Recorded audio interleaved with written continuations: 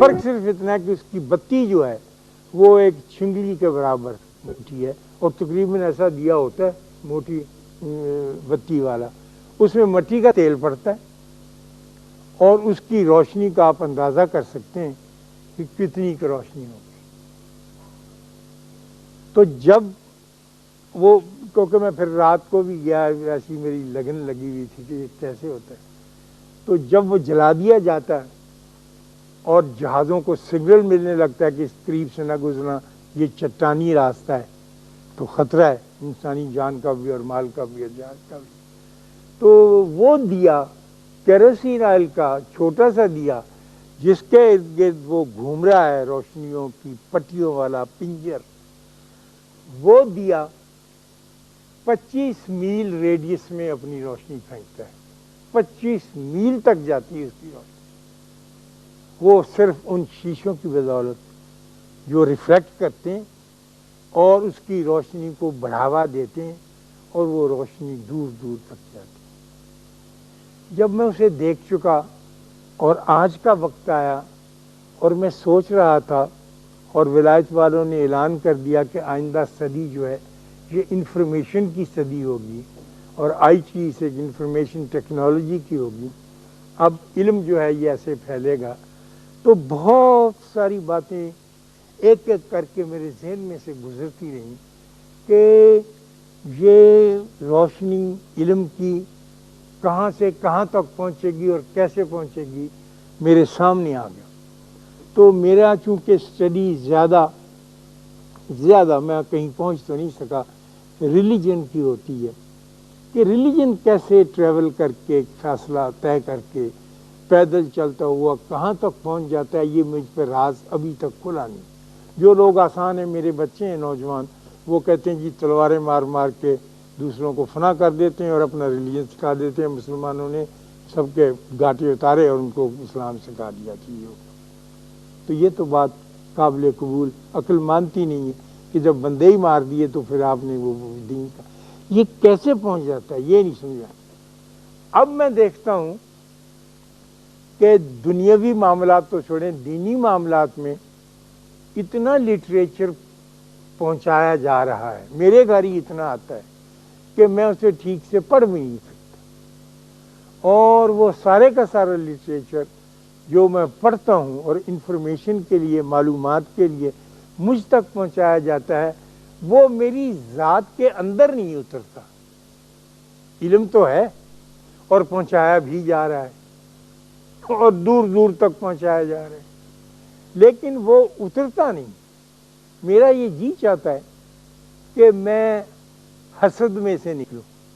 حسد، بیویوں میں بہت حسد ہوتا ہے، وہ برداشت نہیں کر سکتی کسی اور خاتون کو اپنے گھر کے قریب سے گزرنے سے، لیکن یہ ایک طرح سے اچھی، میں اس کی داد بھی دیتا ہوں کہ میں اپنی بیوی کو بتا رہا تھا کہ گھر اسی طرح سے محفوظ رہتے ہیں کہ اگر حسد نعمت بن جاتی نہ کیا جائے، ہم مردوں پہ چھوڑ دیا جائے کہ چلو کوئی نہیں، یہ بھی ٹھیک ہے وہ بھی ٹھیک ہے، السلام علیکم، ہر ایک کو جفیاں ڈالتے پھرے، تو وہ گھر برباد ہو جاتے ہیں۔ تو ان کی بڑی مہربانی ہے کہ، لیکن جب یہ ضرور سے بڑھ جاتا ہے تو پھر کنجوسی آ جاتی ہے آدمی میں، تو اس کا کلا کما کیسے کیا جائے؟ اللہ جو کہتا ہے، اور اللہ بھی تو بڑا خیر الماکرین، بہت سے حیران ہوتا ہوں میں۔ اللہ کہتا ہے کہ نماز پڑھو اور روزے رکھو مہینے کے، پھر شہر رمضان کے، اور نیک عمل کرو۔ تو میں تو پھنس جاتا ہوں کی جگہ آ کے کہ میں نے جب نماز پڑھ لی، روزہ رکھ لیا، کیا وہ نیک عمل نہیں؟ یہ اللہ نے تیسری کیٹیگری کیوں بنائی ہوئی تھی، نیک عمل کرو؟ میں سمجھا سکا ہوں نا، وہ پھر میں پھنسا ہوا ہوں کہ نیک عمل کیسے ہوتا ہے، اور نیک عمل تو پھر بندے کے، جب بھی میں سوچتا ہوں، آپ بھی سوچیں گھر بیٹھ کے کہ آپ نے کوئی نیک عمل کرنا ہے، تو آپ یہ کہیں گی کہ آجا اماں بہ جا، روٹی کھادی ہے کہ نہیں کھادی، تیرے پوت نے تینوں ماریا سی، ہن تا نہیں مار، اب یہ نیک عمل شروع ہو گیا۔ دوست سے بات کرنے کا نیک عمل ہے، اچھا وقت گزارنے کا نیک عمل ہے، ابا جی کے ساتھ سلوک سے پیش آنے کا، یہ نیک عمل ہے۔ وہ خیر ہم نے چھوڑے ہوئے، وہ الگ سی بات ہے۔ تو یہ جو سارا لٹریچر، ساری کتابیں، سارا کچھ مجھے پہنچایا جا رہا ہے یہ میرے اندر نہیں اترتا. میں ایک اچھا آدمی بننے کی آرزو سچ مچ رکھتا ہوں، اللہ گواہ ہے، لیکن یہ سارا کچھ پڑھ چکنے کے بعد، سارا کچھ سن چکنے کے بعد، ٹی وی کا پروگرام دیکھنے کے بعد اور زاویہ دیکھنے کے بعد میں وہیں کا وہیں رکا ہوں. میں کہتا ہوں یہ ڈاکٹر صاحب بڑی اچھی بات کر رہے ہیں، لیکن جب اٹھ کے کھڑا ہوتا ہوں تو میری آرزو تو یہ ہے نا کہ میرے اندر تبدیلی پیدا. لڑکی کی آرزو یہ ہوتی ہے کہ وہ اپنا خوبصورت لپسٹک، پاؤڈر، برش لگا کے صاف کر کے اور آنکھوں میں کاجل نکلے، جسم کی خوبصورتی ظاہر ہو. پھر ساتھ ہی انسان کی یہ آرزو کہ اندر کی بھی خوبصورتی ظاہر ہو. ایک اندر کا بھی حسن ہے، اندر کا بھی میک اپ ہے. بسم اللہ، باہر کا میک اپ ضرور کیا جائے، اچھا لگتا ہے، حکم بھی ہے کہ صاف ستھرے رہو، خوبصورت. اللہ جمال ہے اور جمال کو پسند کرتا ہے، اللہ حسن کو پسند کرتا ہے. تو یہ اس کی مہربانی ہے، اس نے اجازت دے رکھی. تو اب یہ دیکھنا ہے کہ ہم اندر کا حسن کیسے اجاگر کرے. تو وہ میں جو لائٹ ہاؤس کی آپ سے بات کر رہا تھا، جو وہ میرے ذہن میں آیا کہ وہ چھوٹا سا دیا جو ہے، جو بالکل مونگ پھلی کی ریڑھی کو مشکل سے ہی روشن کرتا ہے، وہ 25 میل دور تک پھینک دیتا ہے روشن.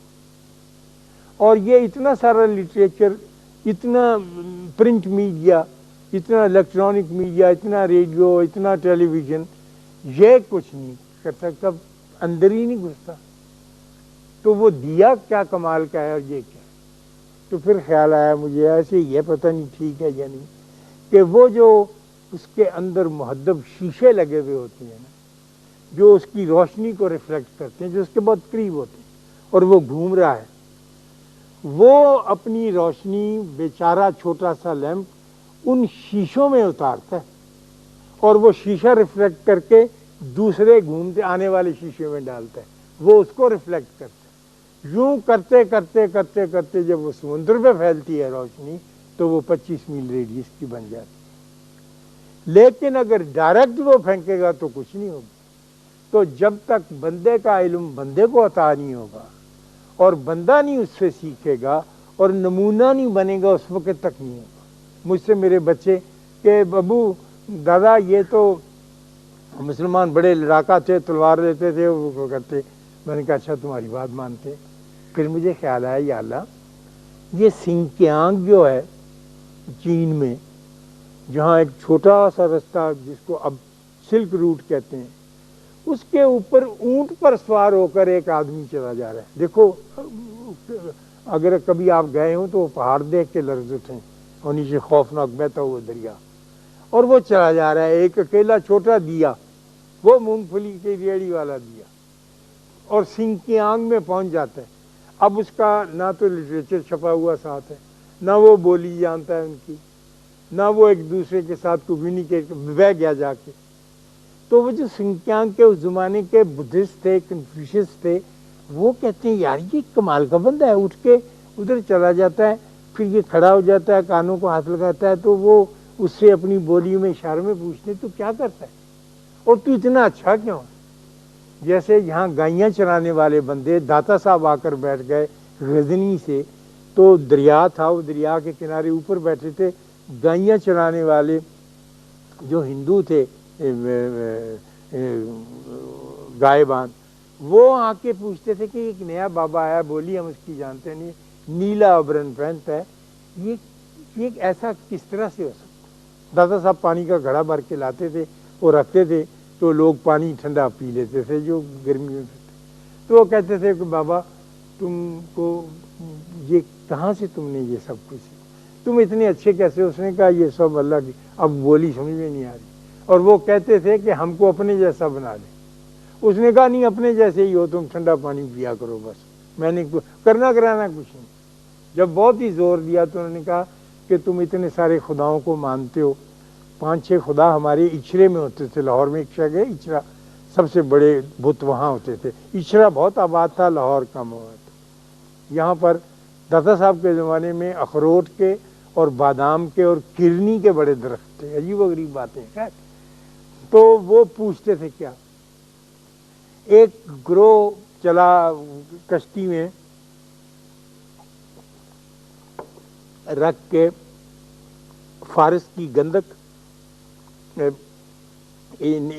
اپنا سیلون کا سنگل دیپ کا گرم مسالہ، ہندوستان کا ڈھاکہ کپڑا وغیرہ اس زمانے کی بات ہے، یہ چیزیں لے کے 5-6 ارب تاجر، وہ کشتی رانی کے بہت ماہر تھے، چلتے چلتے چلتے چلتے ایک عجیب و غریب جزیرے میں پہنچے جس کا انہیں نام بھی نہیں آتا تھا۔ تو وہ جا کے ساحل کے اوپر اپنی چیزیں پھیلا دیں کہ بیچیں گے۔ تو لوگ آئے خریدنے کے لیے، عورتیں مرد دیکھنے کے لیے، کھلونے، شیشے کا سامان، شیشہ انہوں نے دیکھا نہیں تھا، تو وہ شیشے کا سامان دیکھ کے بہت حیران، تو قیمت ان سے پوچھیں، جو بھی طے ہوئی، وہ بندہ بیٹھا تھا وہ بتاتا تھا انگلیوں کے ہاتھ کے اشارے سے۔ انہوں نے پوچھا کہ یہ کون سی جگہ؟ انہوں نے کہا اس کا نام انڈونیشیا ہے۔ تو انہوں نے کہا کہ ہم تو ادھر آ گئے کشتی کے دور میں۔ تو وہ چیزیں خریدتے رہے کرتے رہے، سودا کرتے ہوئے انہوں نے کہا کہ اس کے پیسے کم کر۔ اس نے کہا میں پیسے کم نہیں کر سکتا، اس لیے کہ یہ مال میرا نہیں ہے، یہ میرے مالکوں کا مال ہے، میں ان کا ملازم، میں غلام ہوں۔ تو کہنے لگے کہ وہ کہاں ہے؟ کہنے لگا وہ گئے ہوئے ہیں۔ اس نے کہا کہاں گئے ہوئے ہیں؟ کہنے لگے وہ میرے لیے کھانا لینے گئے ہوئے ہیں۔ تو انہوں نے دیکھا 5-6 ارب سروں پہ پتیلے اٹھائے ہوئے روٹیاں نوکر کے لیے لا رہے ہیں وہاں۔ اس نے کہا یہ تم کون لوگ ہو، نوکر کے لیے کوئی کھانا لاتا ہے؟ ان سے پوچھا زور لگا کے، زبان کے لفظ جوڑ جاڑ کے۔ اس نے کہا ہاں یہ ملازم ہے، لیکن ہمارے اللہ کا حکم ہے کہ ہمیں اس کی ویسے ہی خیال رکھنا ہے، ویسے ہی کپڑے دینے، ویسے ہی۔ تو انہوں نے کہا کہ ہم تو یہ تمہارے والا مزاج قبول ایسے ہو سکتا ہے؟ وہاں بھی تو غلام تھے نا، وہاں بھی دکھی لوگ تھے۔ انہوں نے کہا ایسے ہی کرتے۔ چنانچہ انڈونیشیا میں کوئی لڑاکا بندہ، ایک بھی تلوار والا یا تیر کمان والا مسلمان نہیں ہے، اور وہ سارے کا سارا مسلمان ہے۔ ہم سے بڑا ملک ہے اور بڑا تعداد میں مسلمان جو ہے نا، کوئی لڑائی وہاں کبھی نہیں، سنگچاک میں کوئی لڑائی کبھی وہاں نہیں ہوئی۔ ہمارے جو بادشاہ فرض کی یہاں کے لڑے بھی، انہوں نے لوگوں کو اسلام قبول کرنے سے روکا۔ اکبر نے کہا کہ دین الہی چلا دیتے ہیں، وہ فائدہ ہوگا، میرا بھی ہوگا، بادشاہ تو تمہارا بھی ہوگا، یہ انہوں نے نہیں پھیلایا۔ تو یہ روشنی جو ہے، کیا یہ واقعی اسی طرح سے پھیلے گی جس طرح سے ویسٹ والے کہتے ہیں کہ اگر ابلاغ ہو، کھل کے بات کی جائے اور دور دور تک پہنچائی جائے تو دور دور تک پہنچتی، دور دور تک پہنچتی تو ضرور ہے لیکن دلوں میں نہیں اترتی۔ یہ بات جاننا ہم چاہ رہے ہیں۔ میں اچھا ہونا چاہتا ہوں، میرا ایک تقاضا ہے، آپ اچھا ہونا چاہتے ہیں، آپ کا ایک تقاضا ہے۔ ہم یہ چاہتے ہیں کہ وہ لائٹ ہاؤس ہمیں پرووائڈ کیا جائے، وہ روشنی کا مینار جو اپنی چھوٹی سی روشنی دیے، وہ جو مدینہ شریف میں ایک چھوٹی سی مسجد میں جس کے جو شتیریاں اور بالے ڈال لوگوں کا سر لگتا تھا، اتنی نیچی تھی، وہاں پیدا ہوا، وہ تو چھوٹا ہی دیوا تھا۔ روشنی فون بغیر ریڈیو، بغیر بندے کے چلے ہوئے کیسے پہنچے؟ وہ یقیناً بندوں نے ہی وہاں پر ان شیشے کی قلموں کا کام کیا جن پر قریبی روشنی پڑی، پھر انہوں نے آگے ریفلیکٹ کیا، وہ آگے ریفلیکٹ ہوتی گئی اور دور دور تک پھیلتا گیا۔ تو میں اس بہانے سے یہ بھی چاہوں گا کہ مجھے میرا وہ روشنی کا مینار، لائٹ ہاؤس بھی بتائیں، اور آپ کے سوچنے کے لیے یہ موضوع بھی عرض کرتا ہوں کہ اس کے اوپر کیسے غور کیا جائے اور کس طرح سے کیا جائے، کیونکہ ہم سب اللہ اور رسول کے حکم کے اچھے ہونا چاہتے ہیں جتنا بھی ہو سکتے ہیں۔ ہمیں ذرا خوش، جیسے اچھے باغ میں جا کے پھول کی خوشبو کی آرزو ہوتی ہے، اچھی دکان پہ جا کے اچھی اشیاء خوردنی کی چیزیں، اس لیے اچھے دین میں آ کے ہم تھوڑے سا مزہ بھی لینا چاہتے ہیں اور پھر یہاں سے چلے جانا چاہتے ہیں۔ اللہ آپ کو آسانیاں عطا فرمائے اور آسانیاں تقسیم کرنے کا شرف عطا فرمائے۔ اللہ حافظ۔